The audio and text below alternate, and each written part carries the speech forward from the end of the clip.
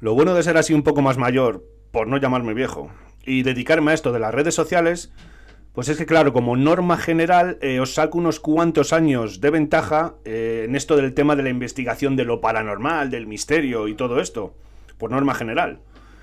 Con esto no quiero decir que yo sea mejor que vosotros, sino a lo que me refiero es que claro, durante todos estos años que os llevo de ventaja, pues he visto tantas cosas, he investigado tantas historias, conozco tantas cosas, que muchas de ellas no me acuerdo, pero que sé que las tengo aquí, en la memoria a largo plazo.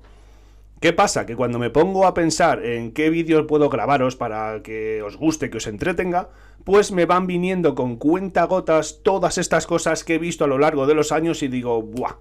Esto les va a encantar. Luego, claro, estáis algunos de vosotros que sois de mi quinta, incluso un poco más mayores, que sí, que efectivamente estos vídeos que subo ya los habíais visto y en algunos comentarios me lo ponéis, oye, macho Álvaro, este vídeo es muy viejo, ¿no? En plan, como súbete algo nuevo.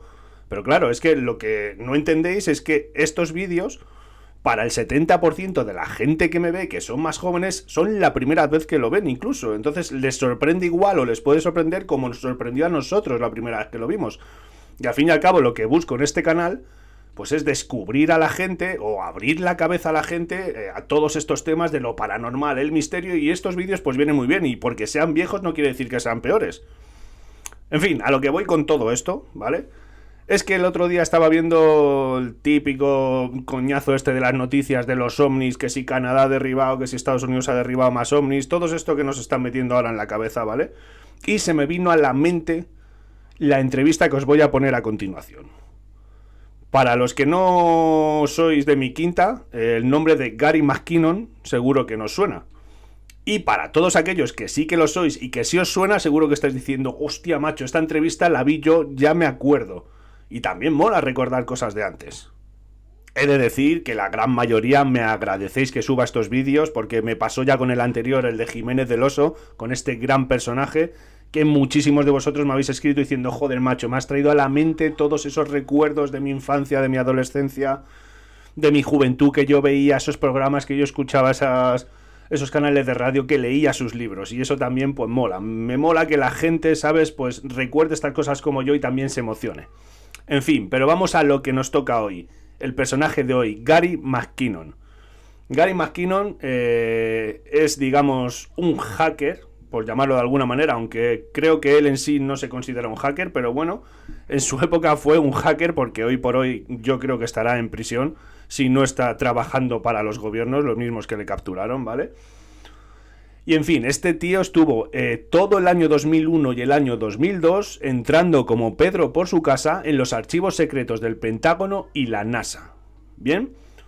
Claro, hoy por hoy, como he dicho antes, yo supongo que estará, pues eso, en alguna cárcel, o si no, lo que te digo, incluso le habrán contratado para trabajar para ellos. Pero antes de todo esto, antes de que desapareciera de escena, este hombre dejó unas cuantas entrevistas, de las cuales he conseguido encontrar esta que os voy a poner a continuación, donde nos cuenta un poco todo, cómo decidió hacerlo, para qué lo hizo y qué es lo que vio cuando estuvo indagando en aquellos archivos secretos del Pentágono y la NASA.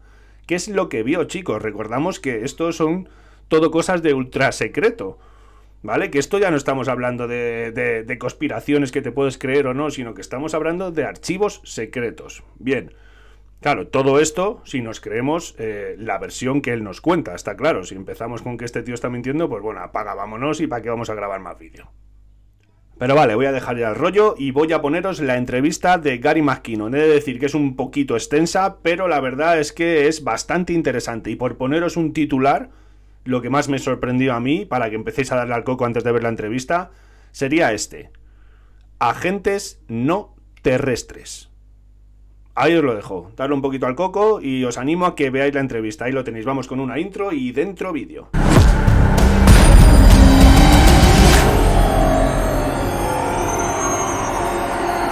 Gary McKinon, and we're here to talk about his possible extradition to the United States for some hacking that he's done, and some investigation he's also done on the part of UFOs and disclosure.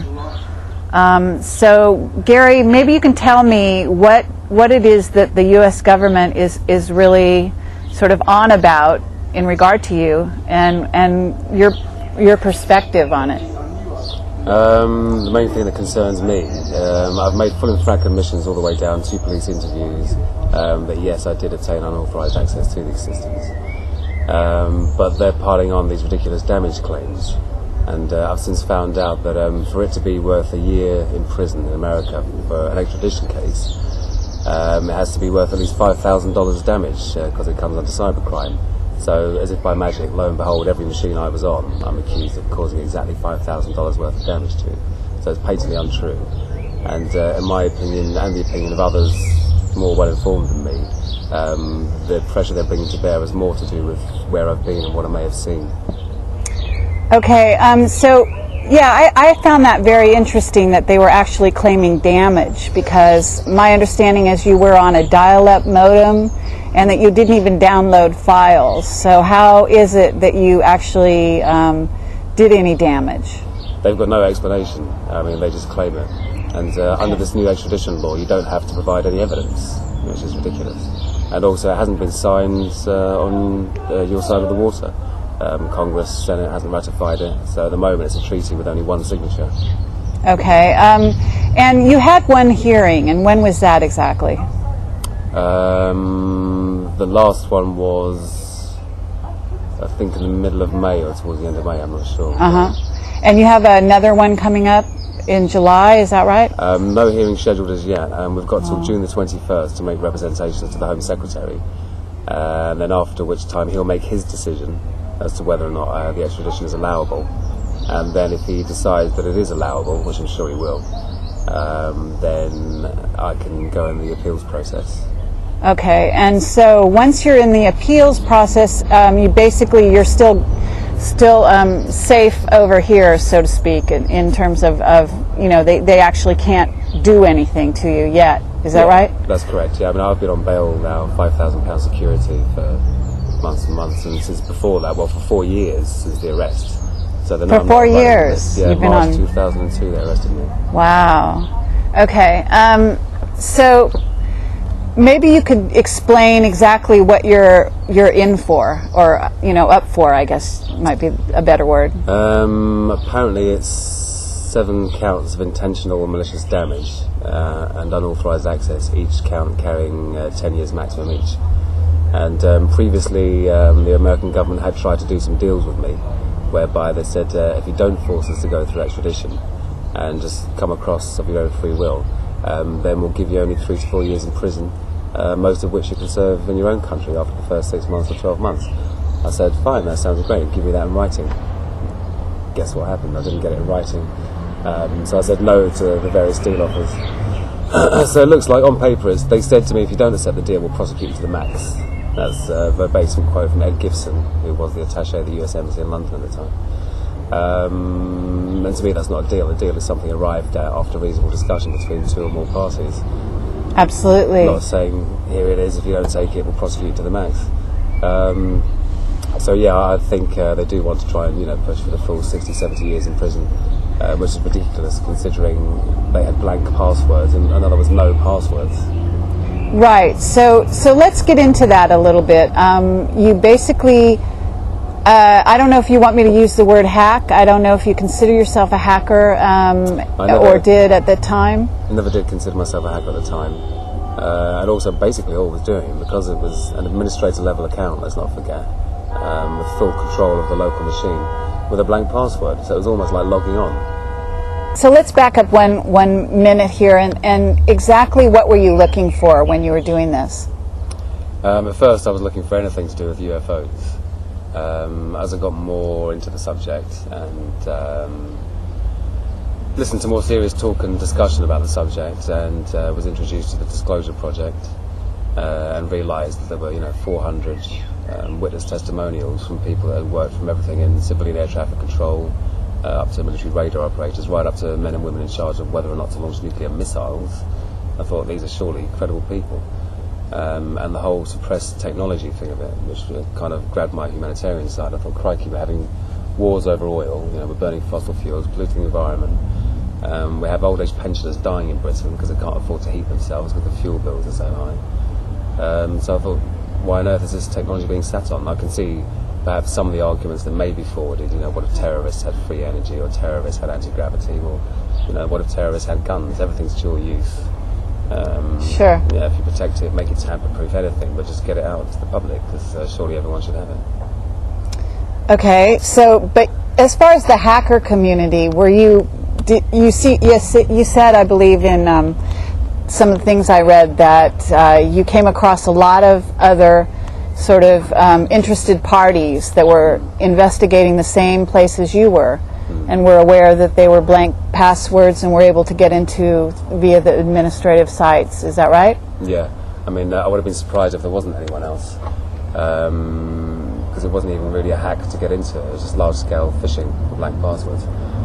And some of these places, were pretty special places. They weren't places that you would think wouldn't have firewalls or blank passwords. And this was what year that you were involved in this? 2000, 2001.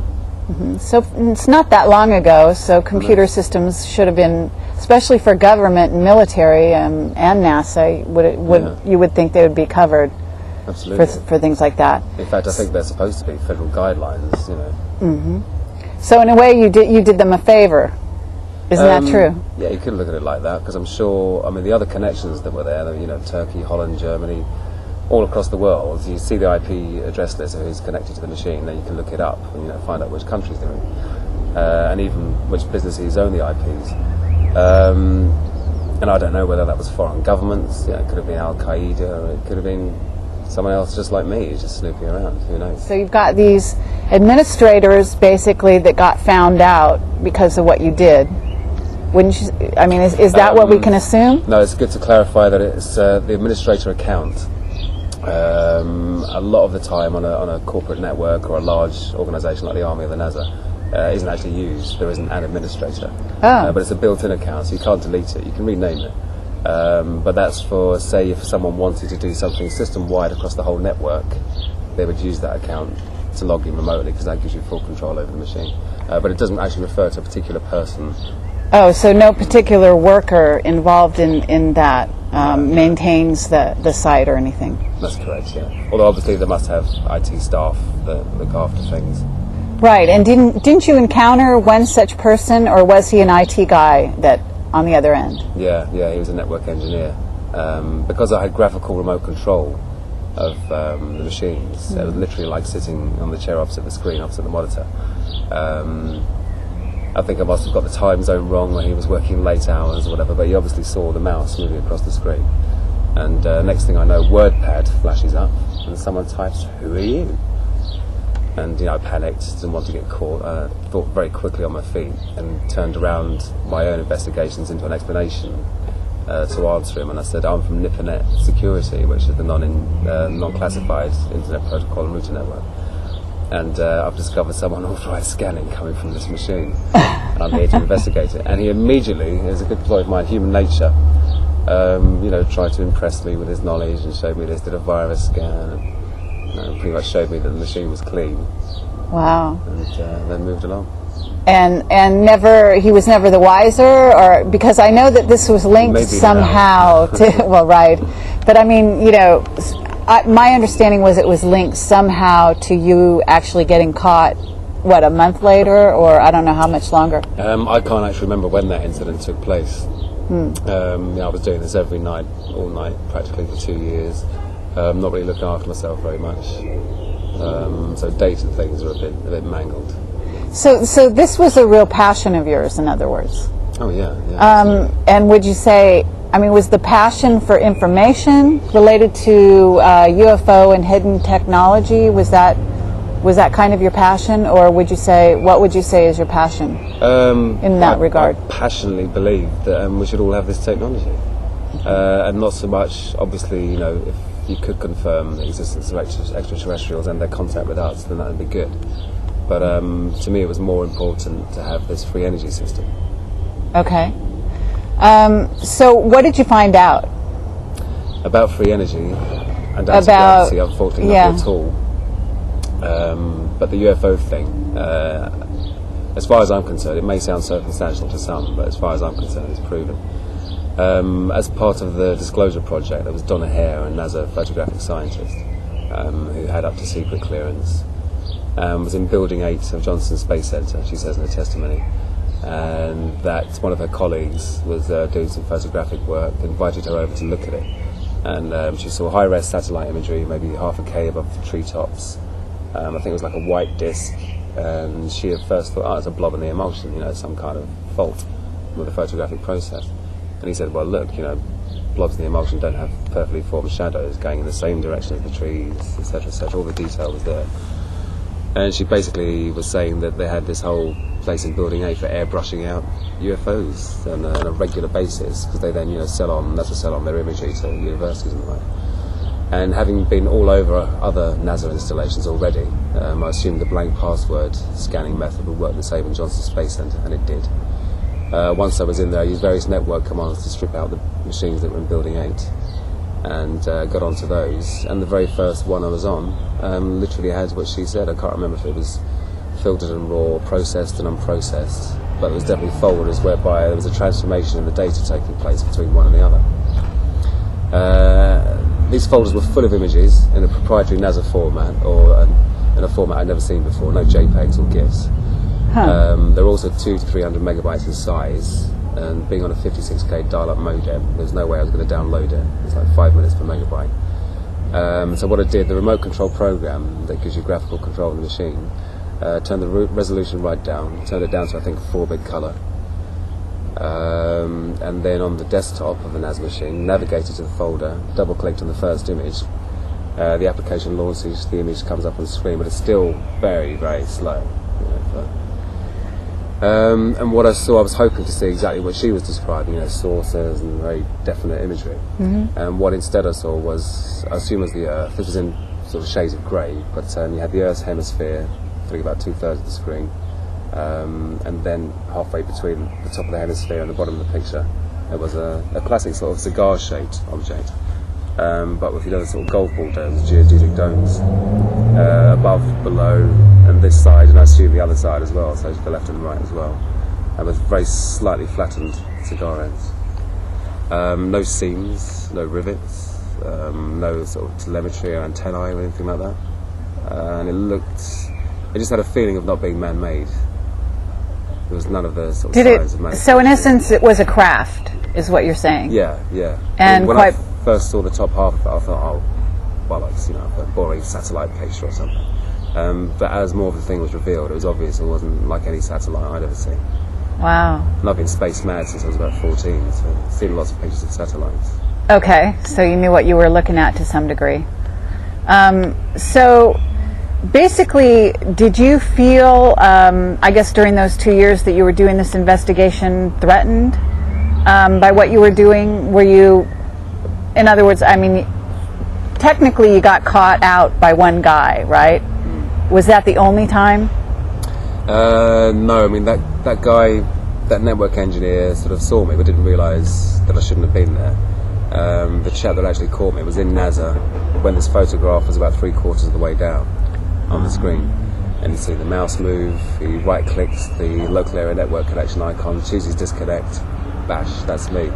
And that's why it was such a strange moment. It was triumphant in a way. I thought I've completely corroborated what Donna Hare has said, on my own. But then got caught at the very same moment. Well, when you say you got caught, how did he catch you? I understand he closed down the network so you couldn't continue to visit. But does that mean he actually knew who you were at that point, or did it take them a lot more investigation to find out actually where you came from? It took them a while longer, I think a good while longer, although I'm not sure how much longer, because again I can't remember if that was fairly near the end of my investigations. I think that may have been late 2001, 2002. But what happened, I'm told, is that NASA and the various military establishments that I was in shared information, which I think these bodies should do more often, and don't do it enough, just like law enforcement. And realised that whoever had been in the systems was using the same tools, the same program, the same method of entry. And I think NASA knew it was from a United Kingdom IP address. And this is the thing, I wasn't a professional hacker, so I wasn't always covering my tracks and stuff or thinking properly. I was, being in time zones when people were still working in the offices and such. So have you, Donna Ware, guess you heard her testimony or saw her testimony somewhere. Was it on the web, or how'd you come across? Disclosure Project website, their 2001 National Press Conference. Oh, I see. And has she ever gotten in contact with you at all? No. But she must know that there was. Has, okay. So. Huh. And you've actually been interviewed by a number of publications, such and reputable establishments, so-called, such as the BBC. Is this right? Yep, BBC, Channel 4, Channel 5, ITV. And the BBC Guardian, World Service, the Guardian, Financial Times. The FT. I've been in the Metro, the Standard, the Daily Mail. Want me at the moment, but I've yet to return his call. Okay, and just recently, I guess, by Linda Moulton Howe. Yeah. Okay, for Coast to Coast, or possibly for Coast to Coast at some point. Yeah, Earth, Mars, and Dreamland. For her own website. Okay. Just wondering, because I know that your cause is kind of a cause célèbre here in the UK, but it's not really getting the kind of coverage that it deserves in the United States at this point. Isn't that right? Yeah, in my view, there's a deliberate news blackout over there. I've only had contact from, I think it was CNN and none of the other news networks. Because I think there seem to be two factions in the US military and government. One of them is hugely embarrassed by what you could term failings in security. No firewalls, no passwords, no security, basically. Especially since 9/11, the security should be a lot more strong.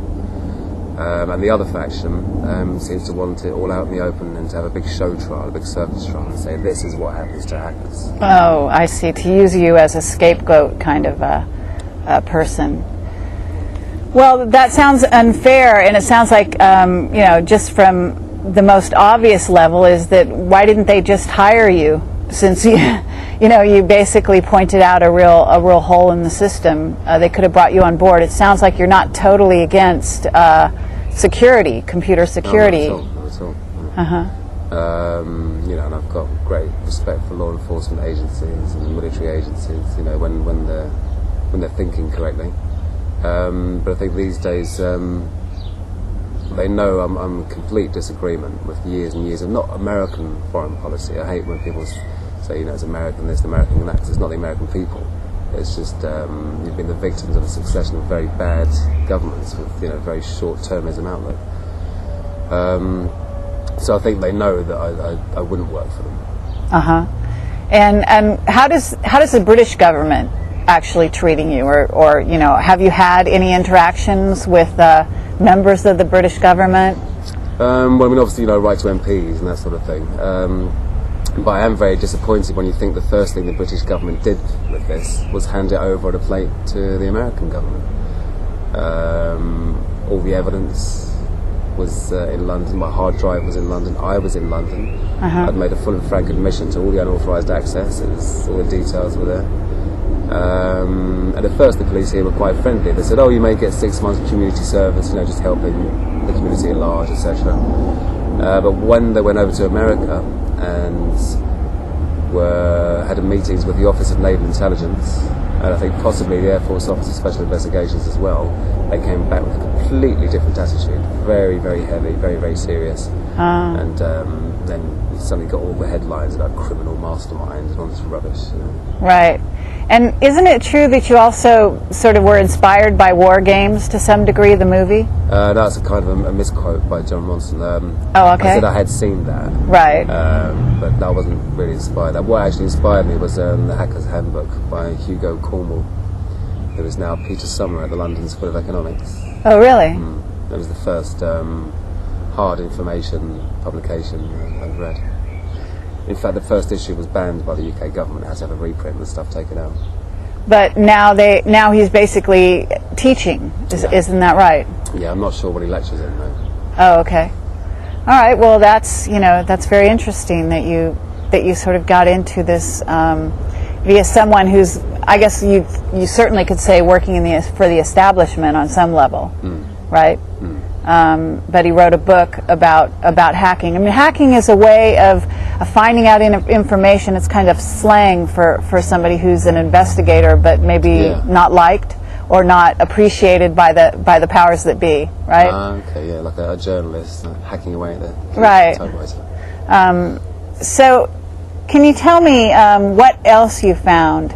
Because I know that you have something, has some information in regard to non-terrestrial officers. Is that right? Yeah, there was an Excel spreadsheet, and the title was Non-terrestrial officers. Then it had names, ranks.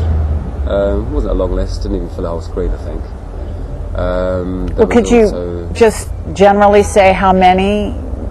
I mean, if you were to guess, are we talking 20, 50? 20. Maybe 30. Did you notice if they were male or female by chance? That I can't remember. Okay. First names and last names? Definitely ranks, but nothing to say, Army captain or Navy captain or... so the designation wasn't there as far as which organization they worked for. Huh. So, I mean, that was entitled Non-terrestrial officers, and obviously it's not little green men, so I was thinking, what force is this? And that phrase is nowhere to be found on the web or in official Army documentation or anything. And the other thing was a list of ship-to-ship and fleet-to-fleet transfers. Bear in mind, fleet-to-fleet, so multiple ships, of materials. And these ships weren't, US Navy ships. Again, I don't remember any of the names, but I remember at the time looking and trying to match up the names, and there wasn't anything that matched. So, now this theoretically would have been pretty top secret information if indeed non-terrestrial is what it sounds to be, which is off-world, right? Yeah, I mean, I gleaned from that information, I surmised that an off-planet sort of space marines is being formed. And if you actually look at DARPA, Defence Advanced Research and Projects Agency literature at the moment in the last few years, and a lot of the government space command stuff, it's all about space dominance, and it really is, the final frontier. So I think, it's natural for them to want to control space and be developing a space going forward in secret. But I think most likely using technology reverse engineered from ET. To get out there, in other words. Yeah, and also to be cloaked. I mean, otherwise, how many other governments would see this going on? So, and this was, what part, I mean, was this NASA? Where was this? Are you at liberty to say? Again, I wish I was. I find it so hard to remember all of it. It's strange. I can remember IP addresses, but lots of the names and where I was when I found particular things. I remember thinking at the time, this must be NASA and the Navy, and secret parts thereof. So it was either the Navy or NASA I was in, most likely. But I think it was most likely the Navy, but I'm not entirely sure. Okay. So at this point, this kind of a discovery is really stupendous, right? I mean, for any researcher to come across something like that is pretty intense. If what I surmised to be correct was correct, and it does kind of point that way, I think. Okay, are you familiar with the Serpo story? We've mentioned it. I mentioned it to you, but I don't know if you've actually, because you're not on the web, right? You haven't been on the web for a number of years. That's correct, yeah. That's part of your, what do you call, probation? Bail conditions, yeah. So perhaps you didn't know about it, but it's an alien-human exchange program that supposedly took place between, I think it's 1968, 1978, and there's been a release of information on the web, and I've given you an article here from the Fortean Times to kind of fill you in with it. But just offhand, in hearing about this, there were 12 astronauts that actually went to another planet. The planet was called Serpo in the Zeta Reticuli system, supposedly. Now, a lot of people say this is all disinfo, but the interesting thing is that when you say non-terrestrial officers, there's actually a chance that it could be the Serpo astronauts that this is referring to. Does that link up for you at all? Well, I mean, yeah, it certainly could do. I think all things are possible in these kind of cases. I mean, yeah, just the fact that it's not based on Earth doesn't necessarily mean it's orbiting Earth, does it? It could just be based on another planet, another solar system. Right, because it's just non-terrestrial, meaning not on the Earth. Yeah. So yeah, we're talking about people that are based somewhere else in the solar system, theoretically, whether they're circulating, circling the planet in a spaceship, or they're actually on another planet. Anyway, it's just an interesting link up that's kind of unexpected, I would say. Yeah.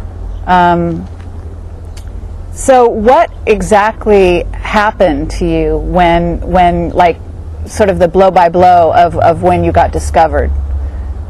I'd been asleep for an hour, and it was about 8 o'clock in the morning, and I think my girlfriend answered the door. It was the National High Tech Crime Unit. 4 or 5 officers, a big police van. They came into the house. They had a warrant for the address, so unfortunately my girlfriend at the time, her and I were living in her auntie's house. We had the ground floor, her auntie had the top 2 floors, but the warrant was for the entire house. So unfortunately, as well as taking my PC, my girlfriend's PC, 4 other PCs I had there to fix for friends, they also went upstairs and took my girlfriend's auntie's PC. Then they separated us both, and they were doing the Mr. Nice and Mr. Nasty routine, like, oh, I know what you're like, mate, I used to dabble a bit, if you know what I mean, and then, oh, we got into NASA and the Pentagon, did you, trying to get me to admit things before I was even in the police station. So I kept my mouth shut, obviously. And then we went down to the police station. I was there for 4 hours, which time I used to catch up on some sleep, because I was absolutely knackered. Then they brought me out to the cell after interviewing my girlfriend at the time. Interviewed me for a few hours, threatened to go back and arrest my girlfriend's 15-year-old cousin just because she's at the house that the warrant was for, and basically put me under great duress to actually say something without a lawyer being present. Wow. And I thought, well, bugger it, it's all on my hard drive anyway, so I may as well just tell them now because they'll find out anyway.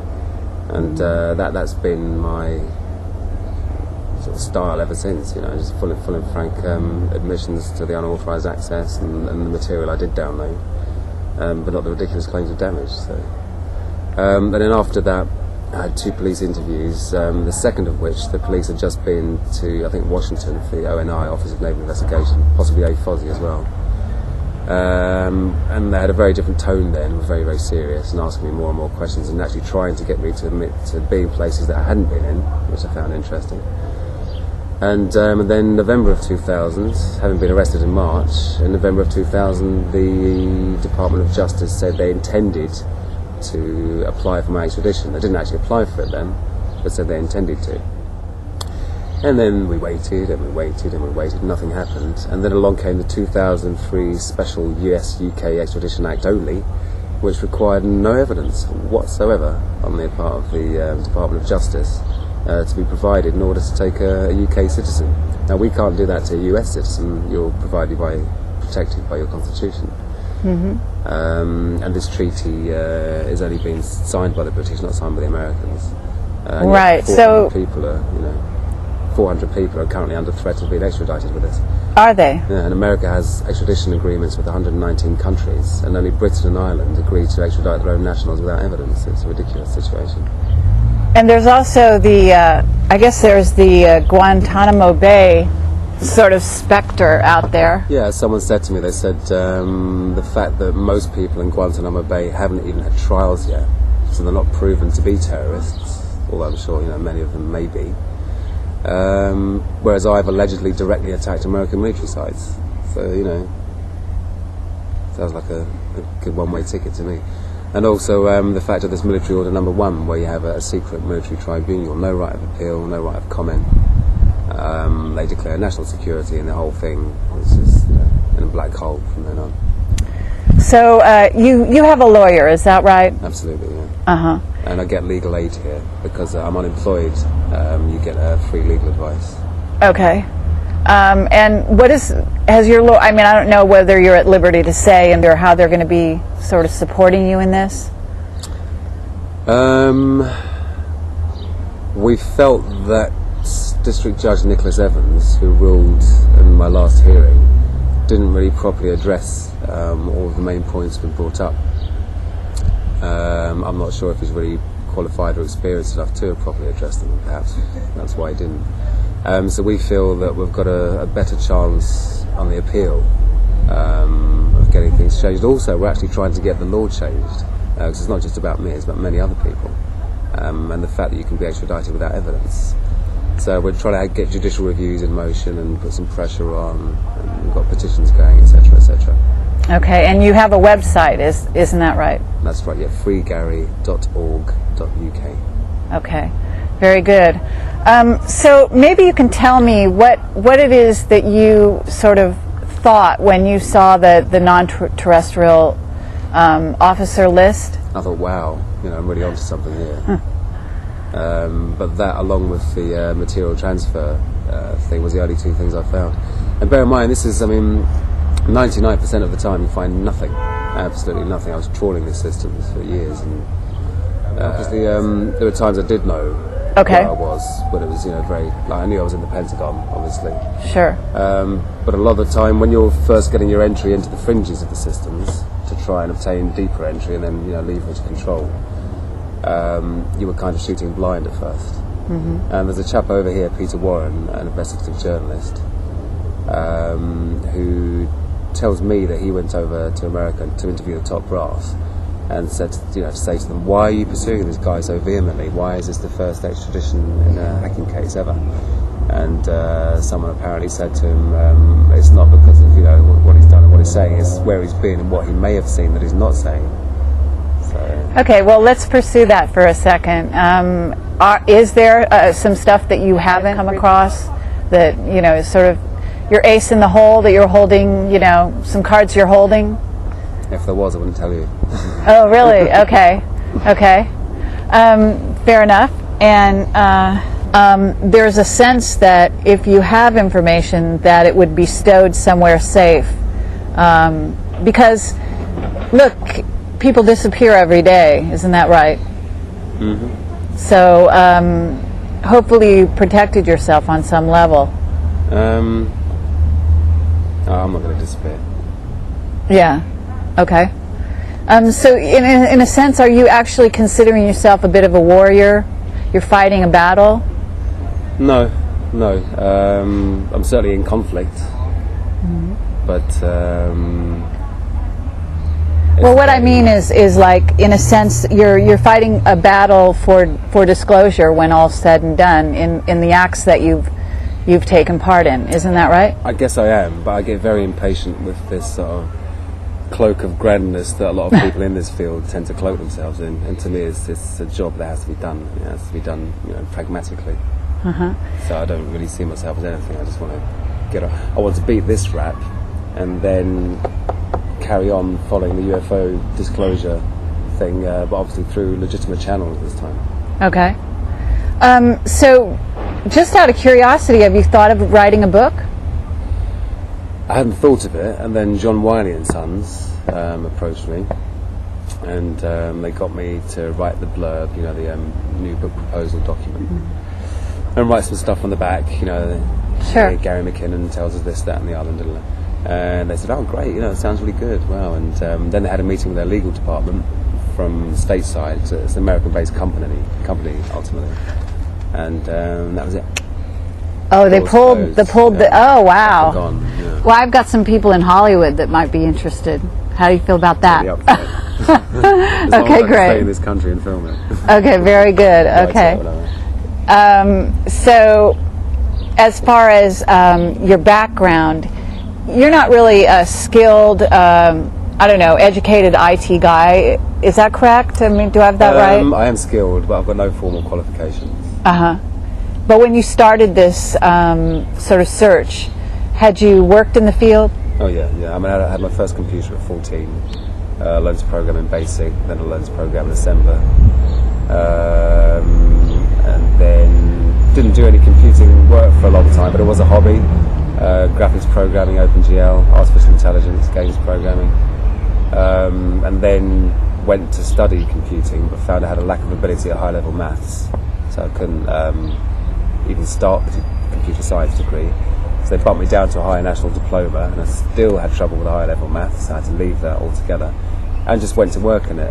Got my first job with no experience whatsoever, apart from my own hobbyist experience, just installing and configuring Windows. And from then on, you get another contract, you get more experience, you do more stuff. And at that time, employers respected experience more than pieces of paper. And I found later on they started to respect the pieces of paper more, but I could sit next to 10 guys with MCSEs and whatever and be better than all of them put together just because of 20 odd years experience behind me. So. Great. So you've done some game and artificial intelligence work as well? Yeah, not for work, for pleasure. Genetic algorithms, fuzzy logic, that kind of stuff. Fabulous. And I understand you're also into graphics. Yeah. You have a background in that as well. I'm using OpenGL as a way to learn the C++ programming language because you get lots of visual feedback. It's a very rewarding way to learn something that's quite dry, really. Huh. Okay, cool. So you're very self-taught in a lot of ways. Now, I'm just curious, have you had maybe the hacker community come out for you in any way? Because I was never part of the scene, so to speak. I did contact a couple of chaps whom I saw in a news group posting what seemed like very well-informed and knowledgeable comments upon my case. And one of those chaps is now the guy that runs the Free Gary website. He's very knowledgeable, very worthwhile, very, very caring. One of these people that just seems to be sacrificing his entire self for the good of everyone else.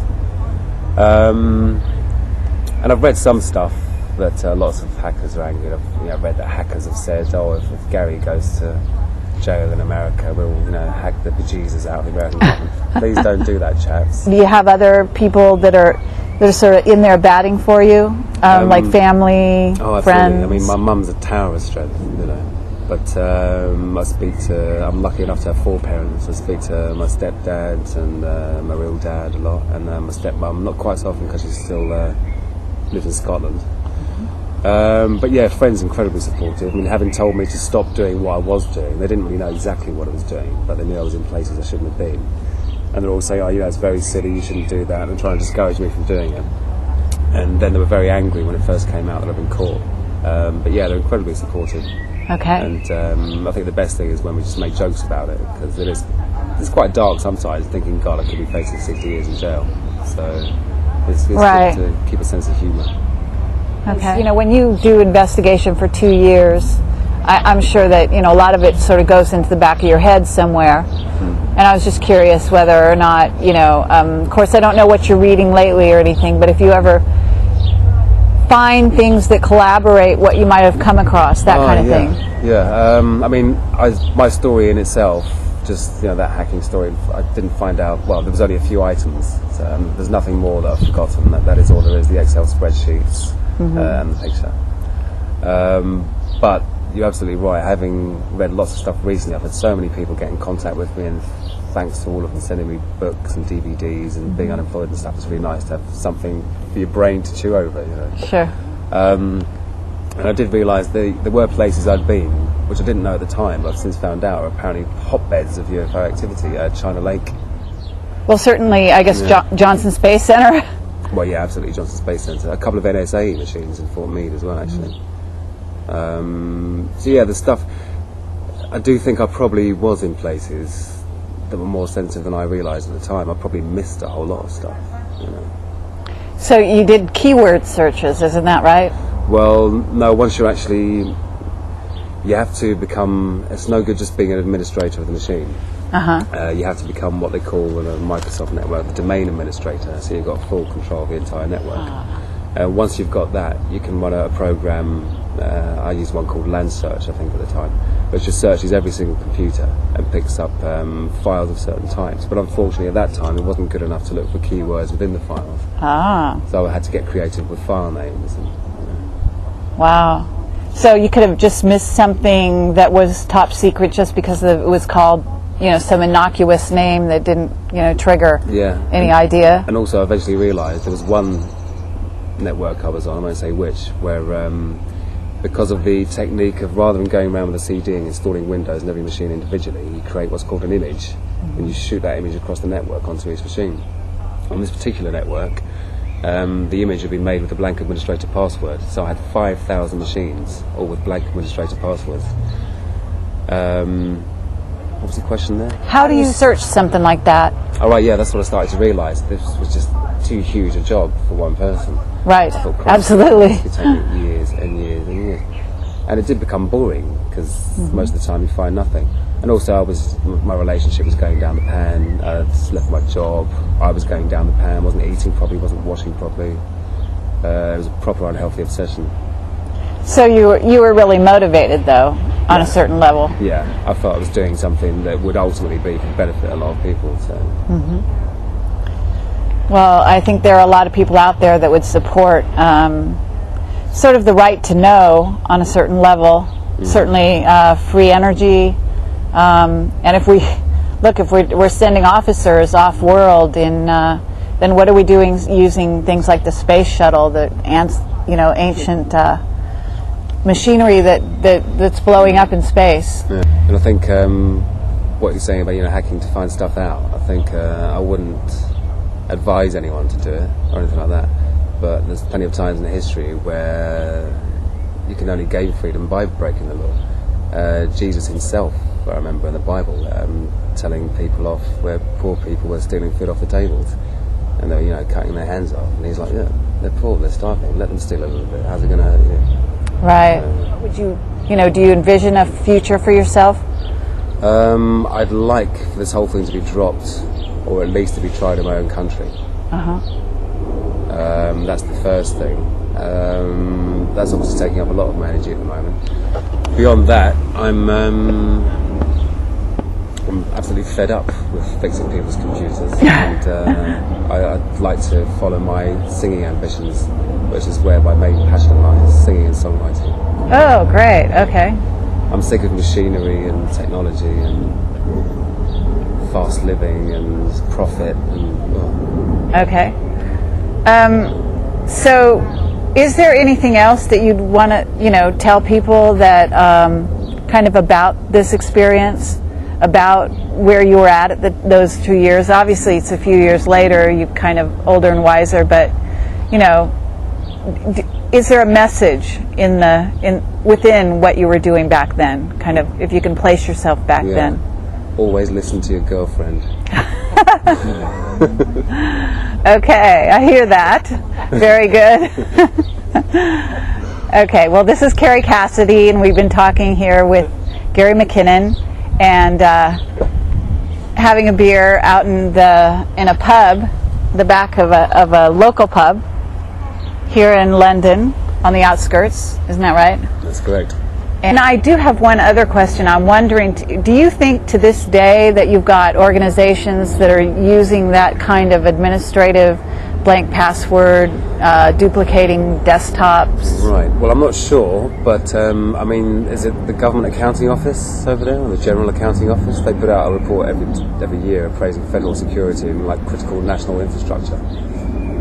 And I read that every year, and every year it doesn't get any better.